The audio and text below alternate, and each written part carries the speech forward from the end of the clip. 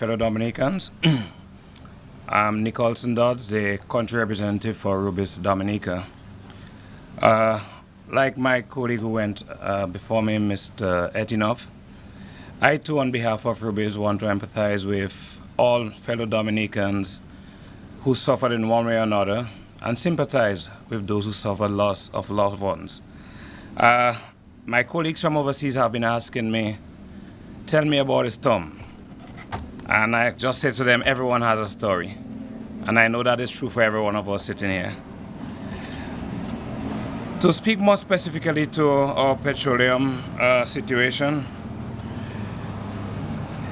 you may have noticed that at the pumps, there seem to be what I consider a stampede, where people are coming for product.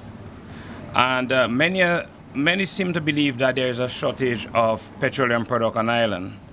I'm here today to reassure the Dominican public that there is no shortage of petroleum product. I want to repeat myself on that. There is no shortage of petroleum products in Dominica. And a manifestation of that, those of you who've purchased yesterday and a few days, we were able to open with the support of the police. And lest I forget, I want to say a special thank you to the police who came to really assist us in controlling the crowds out there. But you may have noticed that we were not rationing fuel. If there was a shortage of fuel, we'd have been selling like $20 to the average person.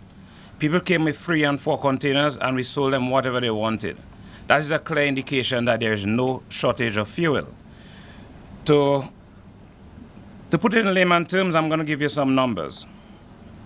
Currently, at Fort Rubis, we have 3,500 barrels of gasoline. You may want that in gallons. Simple calculation, multiply that by 35, you're going to get in excess of 122,000 gallons of gasoline. That's 122,000 gallons of gasoline in storage. For diesel, we have over 8,000 barrels of diesel. In gallons, imperial gallons, that's over 280,000 gallons of diesel. And that's for Rubis only. Not only that, we also have another vessel which is arriving somewhere over the weekend. And we don't even have sufficient space to store the product that that vessel is bringing. So I just want to repeat for the 3rd time and to assure the general public that there is no shortage of petroleum product on island. So having said so, my desire, I really like the public to cooperate with us that we can sell product to people because there are some essential vehicles and essential personnel who need to move around to provide quality service to various communities that are affected. And the fact that the crowds are there, they cannot access the service station. Now bear in mind also, at those service stations we are not selling water. We are selling highly flammable and volatile petroleum products. And if something could go wrong there, a lot of people can be hurt. And hence the reason why when the people come to the station and they start behaving unruly and rushing and having the stampede that I spoke about earlier, we have no choice but to shut it down. So you can help us to help you. If you don't need gasoline, do not come to the stations. There is no shortage of gasoline. Please allow us to open the various stations that we can actually have vehicles come through. I understand that people are going to need product in containers, and I'm going to address that in a while. People are going to need product in containers, and as such, we have to sell in containers because people have some portable generators that they have to run for their home. We are cognizant of that, and we are willing to support it. In terms of stations, Canefield Station is open. AC Shillingford is open. Castle Comfort suffered some, and I'm speaking of Rubis stations, Castle Comfort suffered some damage, and it can be restored in a very short time. As we all know, we had a challenge in terms of access to Castle Comfort. Jimmet is operational, but may open shortly. So those are just some of the stations that are coming online. Soon as we have access to the outer district, like Portsmouth, Marigot, Kalibishi, the trucks will be delivering there. I visited those myself. I haven't been to Portsmouth, but I have a colleague who lives in Portsmouth. We got report on those stations, and the damages in those stations, I assure you, can be restored in a very short time. So please, I appeal to the public again. Please work with us, help us, that we can help you. Let me speak on some safety tips, because it would be remiss of me if I should stand here and don't speak about it. I've noticed at the service stations where we are trying to help the public that quite a few people are showing up with some containers which are not approved for petroleum products. Some of them are bleach bottles, what we commonly known as Clorox bottles, water bottles. If you put gasoline in those, you're going to have a chemical reaction, and you may start a chemical fire.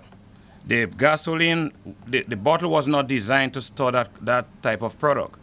And if you do that, you could end up with a fire. So, at all service stations, we will not be selling product in any unapproved containers.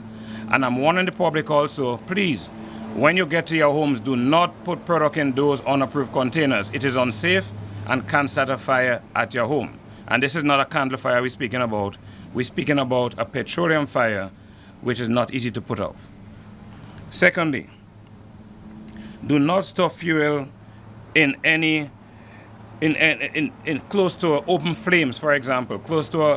You may have a fire out there, close to your stove. Do not store petroleum products close to those, or any other source of heat, or any other ignition source. Because if it's vaporized, it's very hot nowadays.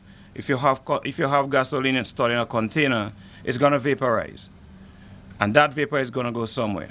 The vapor is the dangerous part of it. It can ignite. Be very careful. Do not store gasoline in closed area or close to open flames or any such place. Ensure also that the containers that you're using for those gasoline, ensure that they are clean containers. For two reasons. One, if you come with a dirty container, you may tend to believe that we sold you dirty product, whereas in your container. That's generally, we don't sell in containers. It's not our policy, we don't. But considering the circumstances, we are making the exception. And that's why I'm asking people to be very cautious. Do not store fuel in those containers. Ensure that those containers are clean, and because they may have some other chemical in there prior that could cause a chemical reaction, and you could start a fire. And also, generators. For those who are running generators, do not run those generators in a closed environment, like indoors. The generator is going to give off carbon monoxide once it consumes the fuel, and that is highly toxic. So do not run your generators indoor. And I want to say a special thank you to my staff. I've never seen some more committed people than the Rubis staff.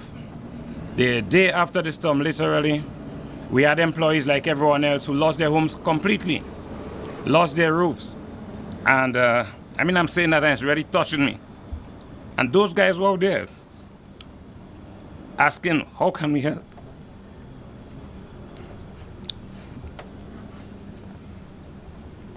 It's really touching. So I'm just want to say a special thank you to everyone. It's difficult for everyone psychologically, and I'm really asking for the cooperation of everyone. Thank you.